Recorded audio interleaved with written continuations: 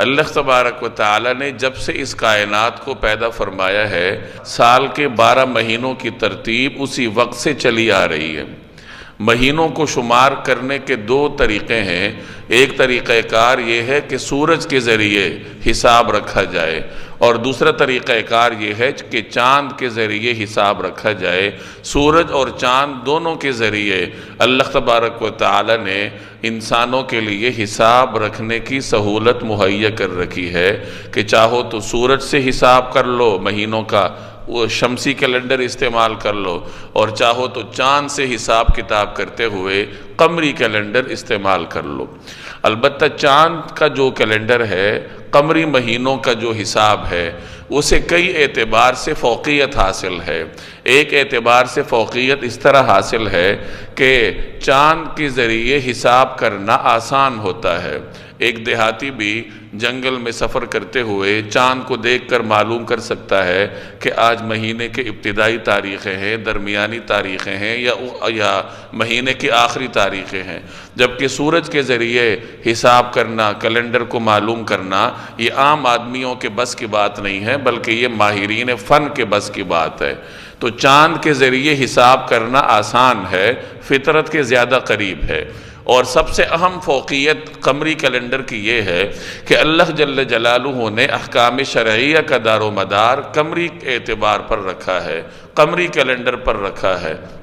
روزے رکھتے ہیں، اس کا دار و مدار رمضان پر ہے، قمری کیلنڈر پر ہے۔ ان مسلمان سال میں 2 عیدیں مناتے ہیں، دونوں عیدوں کا دار و مدار چاند پر ہے۔ حج کی عظیم عبادت انجام دی جاتی ہے تو اس کا دار و مدار بھی چاند کے کیلنڈر پر ہے۔ چونکہ قمری کیلنڈر کو اس اعتبار سے فوقیت حاصل ہے کہ اس پر احکام شریعہ کا دار و مدار ہے، اسی وجہ سے اس کو علماء نے فرض کفایہ قرار دیا ہے۔ یعنی قمری کیلنڈر کو محفوظ رکھنا یہ مسلمانوں پر بحیثیت مجموعی فرض ہے، فرض کفایہ ہے۔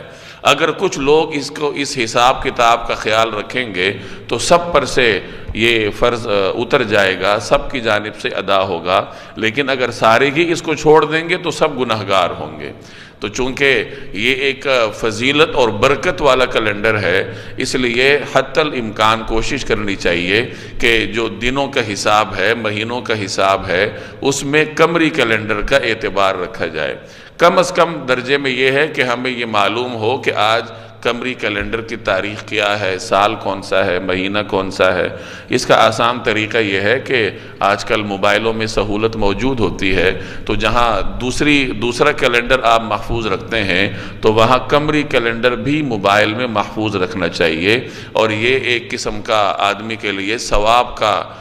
ذریعہ ہوتا ہے کہ جب آپ اس نیت سے قمری کیلنڈر موبائل میں محفوظ رکھیں گے کہ چونکہ اس پر شریعت کے احکام کا دار و مدار ہے اور اس کی حفاظت کو علماء نے فرض کفایہ قرار دیا ہے، تو میں اس کو اس نیت سے اپنے موبائل میں محفوظ کر رہا ہوں، تو آپ کی یہ نیت آپ کے اس عمل کو آپ کے لیے ثواب بنا دے گی۔ اب موبائل میں آپ کا کیلنڈر محفوظ رہے گا اور مفت میں آپ کو ثواب ملتا رہے گا۔ تیسری بات یہ سمجھ لیجئے کہ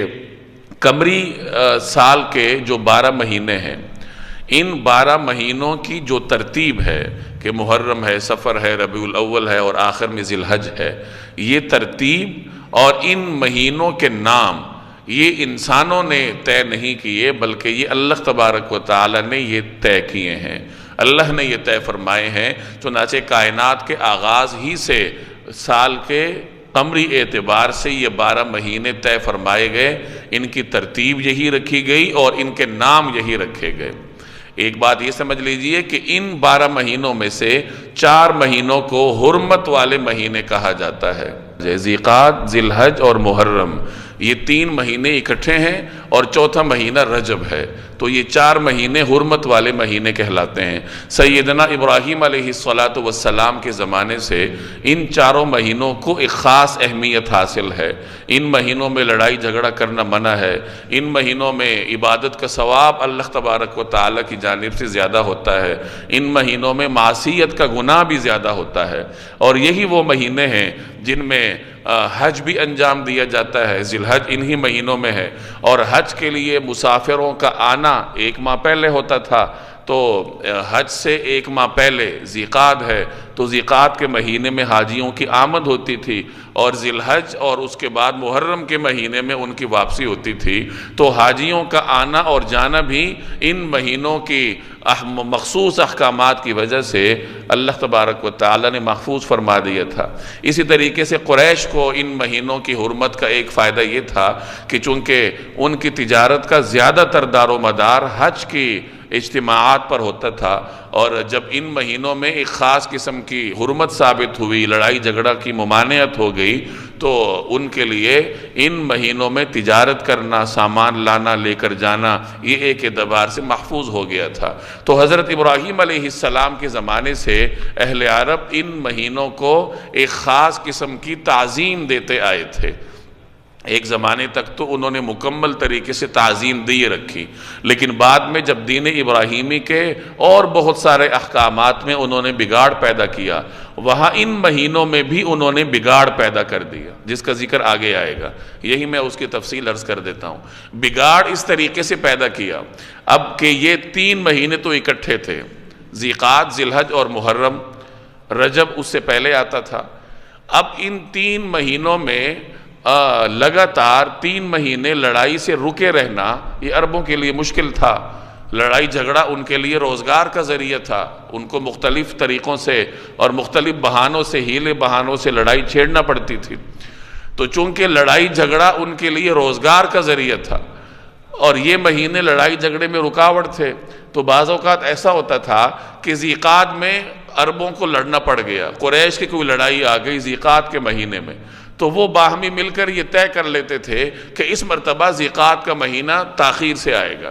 یہ مہینہ کوئی اور ہے، یہ سفر ہے یا یہ ربیع الثانی ہے یا یہ کوئی بھی ہے، اور اس طریقے سے مہینوں میں رد و بدل کرتے تھے۔ حج کے مہینے کو آگے پیچھے کرتے تھے، محرم کے مہینے کو آگے پیچھے کرتے تھے، رجب کے مہینے کو اپنی جگہ سے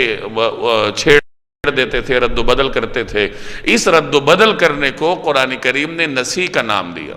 تو عربوں نے اس طریقے سے سال کے مہینوں کی ان ترتیب میں اپنی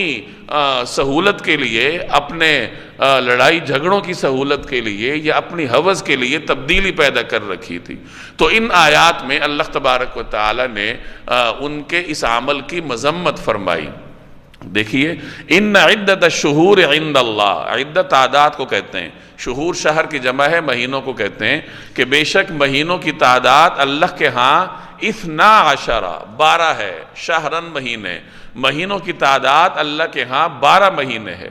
فی کتاب اللہ، جو کہ اللہ کی کتاب کے مطابق ہے۔ اللہ کی کتاب سے مراد لوح محفوظ، یعنی ازل سے ہی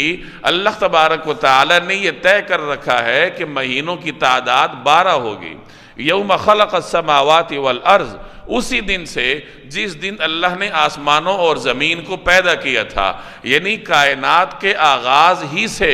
اللہ جل جلالہ نے مہینوں کی تعداد مقرر فرمائی تھی کہ یہ 12 مہینے ہوں گے اور اس تعداد میں ہوں گے۔ منہا اربعۃ حرم، ان میں سے 4 مہینے حرمت والے ہیں، 4 کو کہتے ہیں۔ ذالک الدین القیم، یہی سیدھا سادہ دین ہے، یعنی دین کا یہی سیدھا سادہ تقاضا ہے کہ دیکھو یہ 12 مہینے ہیں، ان کی یہ ترتیب ہے، ان کے یہ نام ہیں، اور ان میں سے یہ 4 مہینے حرمت والے ہیں،